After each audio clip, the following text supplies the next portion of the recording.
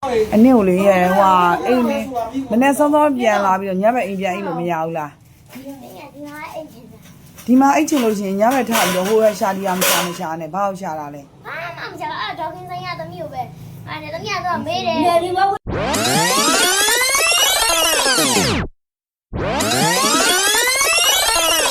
အားလုံးပဲမင်္ဂလာပါ NZ Blog ကနေကြိုးဆိုပါတယ်ကျွန်တော်ဒီနေ့တင်ဆက်ပေးမယ့် reaction video လေးကတော့ဒီဘက်ခင်မှာအဆောင်ရန်လူဆိုးတခိုးတွေပေါ်နေတဲ့ခင်မှာเนาะမိမရှိတော့လို့เนาะအဖေမေမကောင်းလို့ဆိုပြီးတော့เนาะအိမ်ပေါ်မှာကလေးတွေကိုခေါ်ပြီးတော့ထိန်ထိန်ထားတယ်မွေထားတဲ့လူတွေကိုတော်တော်လေးလေးစားရမယ်လို့ပြောရတယ်ဗျเนาะတိုးတော့เนาะအဲ့ဒီခေါ်မွေထားတဲ့ကလေးတွေကเนาะအချင်းရုပ်တယ်အဆန်ခိုးတက်တယ်စားတဲ့ဟာတွေဖြစ်ပေါ်လာတယ်အခုကျွန်တော်ပြမယ့်ဗီဒီယိုထဲမှာဆိုရင်အရင်ကနော်ဒေါခင်မာကျူဆိုတဲ့ NDG ကကလေးတွေကိုခေါ်ပြီးတော့မွေးထားတယ်တောင်ကြီးကတယောက်နဲ့ဒီရန်ကုန်ကတယောက်နော်အဲ့ရန်ကုန်ကတယောက်ဆိုတာနော်တော်တော်လေးနမိတ်ကြီးရဲ့သူ့ဖေကသူ့1000နဲ့ရောင်းနေဆိုတဲ့အဲ့တယောက်ပါအခုအဲ့တယောက်ပါလုပ်တယ်ဆိုတော့ညဆိုရင်မအိပ်ဘူးလေဗျာနော်ဟိုကရှာလို့ဒီကရှာလို့လုံနေတယ်ကျွန်တော်ရဲ့ဗီဒီယိုလေးကိုအဆုံးထိလိုက်ကြည့်လိုက်ကြဗျာအနည်းကိုလေဟွာအိမ်နေမနေ့စောစောပြန်လာပြီးတော့ညဘက်အိမ်ပြန်အိမ်လို့မရဘူးလား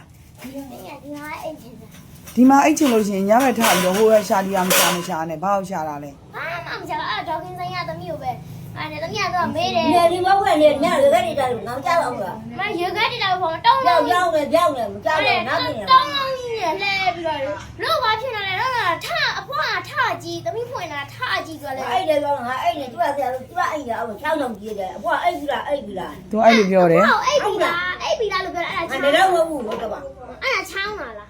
အိပ်ပြီလားလို့သူအိမ်နေဘာလုပ်လို့လဲအဖွားရဲ့သမီးကတော့သူအိမ်နေဘယ်ချိန်လောက်လဲတော့ခင်ဗျဘယ်ချိန်မှစီစိုးဘယ်ချိန်လောက်လဲဘယ်နဲ့ုံမင်းနေခဏလေးနေပြီလားဘယ်နှစ်နာရီ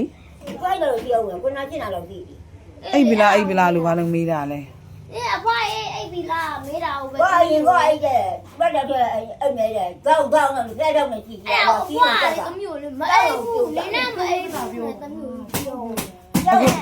ာအဖွားရဲ့အဲ့ဒါဆိုအဖွားအမေအဖွားပြန်အိတ်နေတာဘာကျင်တာအဖွားနေပြန်အိတ်ဆိုတော့အမျိုးပြောနေတာပဲသူကမြေကုညာဟိုဒီအောင်ဒေါကင်းဆိုင်သူ့ကိုဒီနားမှာထိုင်လိုက်ဒေါကင်းငယ်ဟိုဘက်မှာတက်ဒါအိလိုက်ဟိုကောင်းပေါ်တက်ကိုတက်ဒါမှအိနော်ကောင်းပေါ်တက်တက်နင်းမီးပေါ်တက်ဝင်ပြီးဘာမှမရှာဘူးတကားတွေပါဖွင့်ပြီးအပြင်မထွက်ရအောင်ဟောငါကနေမနေ့တော့ညနေပြန်မယ်နေကိုကြိုက်တော့တယ်နေကညတော့လည်းပြောင်းတန်နေရပဲခဏရေခဲတစ်တာကြီးထဖွင့်နေတယ်အဲ့ရေခဲတစ်တာကြီးကအထက်မှာပါလေကြွက်ဖိုက်တွေဆိုလားတွေ့တယ်တဲ့ဟိုနေ့ကအိမ်မှာဘာမှထည့်မထားဘူးအဲ့ထဲမှာဒေါကင်းနေဘာတွေချားနာလဲအဖွားရဲ့ထားကြီးသမီးနေရှာလို့သူဘာရှာလဲမေးတာဗောသမီးအဲ့ဘာမှရေခဲတက်တာဖွင့်တာမဟုတ်ဘူးအဲ့ညနေထိုင်းနေတာအဖွားနဲ့စိတ်ဘာလို့ထိုင်တာလဲညဘက်ဆိုတာအိပ်ရတာမဟုတ်ဘူးလားအဖွားနဲ့သမီးကစိတ်နေကဘိုင်းစားလားဘိုင်းစားရင်မှာတခါလဲကြွားအောင်စားဟိုကနောက်မှလည်းပြောသေးတယ်အများကြီးညဘက်ကျမှဘာလို့ထားတာပြီးတော့ရှာတာအကြောင်းတော့အမျိုးမျိုးပြတယ်ဗျာနော်ဘိုက်စားတယ်တွေပါဖြစ်နေညာဖြစ်နေအဖွားနဲ့သမီးကစိတ်ဆိုးအမှထိုင်းတာရေခဲတက်တာကိုဖွင့်တယ်အဲ့တော့သမီးပြောရလေတော့မအိမ်နဲ့ငါနဲ့နင်းနဲ့လည်းဘူးမအိမ်ဘူးအဲ့လေအတူတူဘူးမအိမ်နဲ့တယောက်တနေရာကြီးအိမ်သမီးကတယောက်တနေရာကြီးကသူနဲ့လည်းဘူးမအိမ်အဲ့ဒါကိုနင်းနဲ့ဒုက္ခအနင့်ဖေးမရတယ်အနင့်ဖေးနေအတော်တွေကလက်မခံဘူးဆိုငါလက်ခံတာငါကြီးကငါစီကံအတိုင်းနေရမယ်နော်အဒီကမိဖို့တဲ့လူတွေအကုန်စိတ်ညစ်နေပြီနင်းကြအဲ့ဒါနင်းသတိထားရမယ်ဟိုဟာတွေပုံစံတွေကိုနင်းဗီဇတွေကိုပြင်တော့အခုမင်းနေကားရအောင်ပြောနေနေမဟုတ်မင်းနေဒီကတက်နေန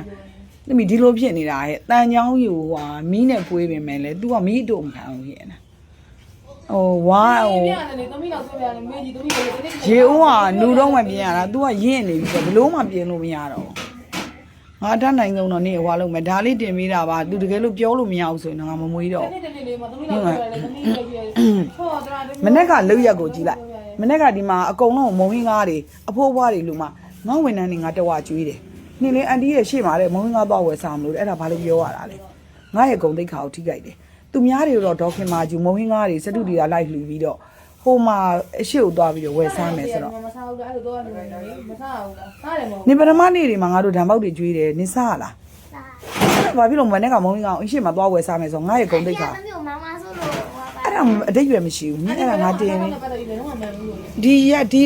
ဒီမီးဖို့တွေကလူတွေ10တက်စား15တက်စားအကုန်လှုပ်ပေးထားတယ်မဟုတ်သေးဘူးနော်တမီးနေမဟုတ်သေးဘူးနေပြင်တော့ပ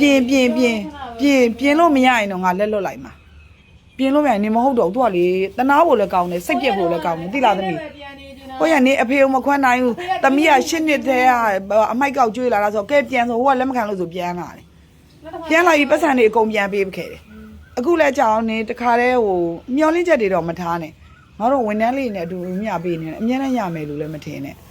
အဲ့တော့နေကိုလှုပ်တက်ကိုင်းနေအောင်လည်းတင်ပေးတယ်ဒါမှမဟုတ်နေပြောစကားအောင်လည်းနေစက်မှနားမထောင်အဲ့တော့နေဒီနားမှာပဲအိတ်လားနေလှုပ်ရှားမှုတွေစောင့်ကြည့်နေမယ်နော်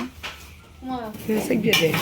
ဟုတ်ကဲ့ကျွန်တော်ရဲ့ဗီဒီယိုလေးကတော့ဒီလောက်ထိပါပဲခင်ဗျာเนาะခြေနဲ့ချောင်းမကဲကောင်းဆိုတဲ့အတိုင်းမျိုးလေးပြောလို့ရတယ်ဗျာเนาะခုမှကလေးပဲရှိပါသေးတယ်ပြုပြင်လို့ရတယ်เนาะရိုက်ပြီးဆုံးမပေါ့